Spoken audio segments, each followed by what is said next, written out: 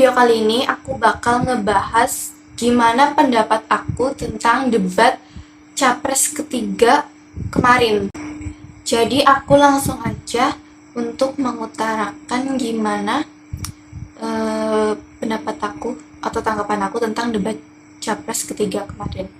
Jadi kita semua tahu ya kalau pas debat Capres ketiga kemarin tuh team up-nya antara Pak Prabowo sama Pak Ganjar. Mereka itu team up banget ya. Sementara Pak Anies, beliau tuh kayak konsisten nyerang ke Pak Prabowo. Kalau ke Pak Ganjar paling cuma satu kali doang nyerangnya, yang pas ngebahas ASEAN, yang tentang konflik Laut Cina gitu. Soalnya ya gitulah, aku nggak terlalu paham soalnya. Jadi Pak Anies tuh kayak mancing-mancing emosinya Pak Prabowo gitu ya.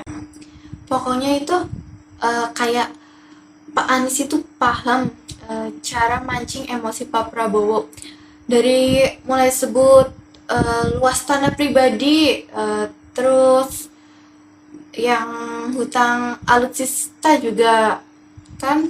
Jadi sudah terlihat sekali ya, Pak Prabowo sama Pak Anies itu saling serang gitu, saling saling memancing emosi satu sama lain. Terus di keduanya tersebut ada Bapak Ganjar sebagai kayak pendingin gitu di antara dua rekannya yang saling serang, saling pancing-pancing emosi. Ini dibanding debat ke-1 lebih ramai debat ketiga sih kalau menurut aku. Dan jujur menurut aku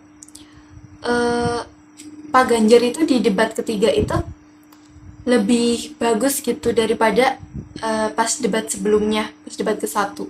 Di debat ketiga ini Pak Ganjar itu terlihat lebih jelas itu posisinya apa. Kalau pas di debat pertama kan beliau tuh kelihatannya kayak gamang gitu ya. Tapi pas di debat ketiga ini beliau itu kayak lebih jelas gitu. Kayak sat to the point. Seperti saat beliau berbicara soal pakai data gitu. Saat beliau confess pun ada kalimatnya yang menarik pada saat menjawab pertanyaan moderator tentang ajakan Pak Prabowo yang menyatakan ingin membuka datanya kalau ada waktu yang cukup atau di forum terbuka. Jadi menurut pendapatku, setelah menonton dari segmen awal sampai segmen akhir, itu kita seolah disuguhi banyak hidangan di dalam restoran yang disajikan oleh debat ketiga ini.